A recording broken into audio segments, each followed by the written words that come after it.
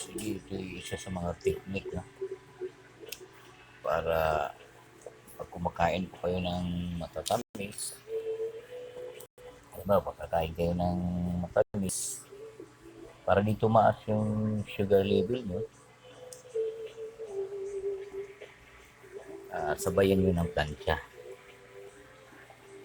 Yan ang isa sa mga technique. Kasi pag mainit na yung katawan natin, bumababa daw yung sugar level natin. Kaya pag kumakain po ng matatamis, sabay nyo ng pagpapansya. Kasi yun ay isa sa mga technique daw. Parang hindi lang isa kasi sa mga problema ng katawan natin yung pagtaas ng sugar level natin.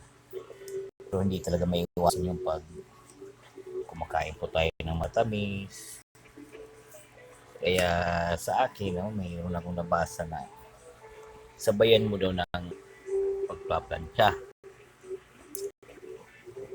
At nasa inyo na po yan kung maniniwala kayo.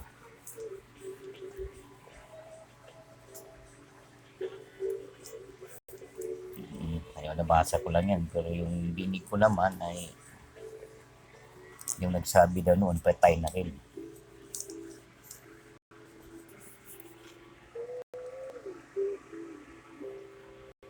Kaya nasa inyo na po yan.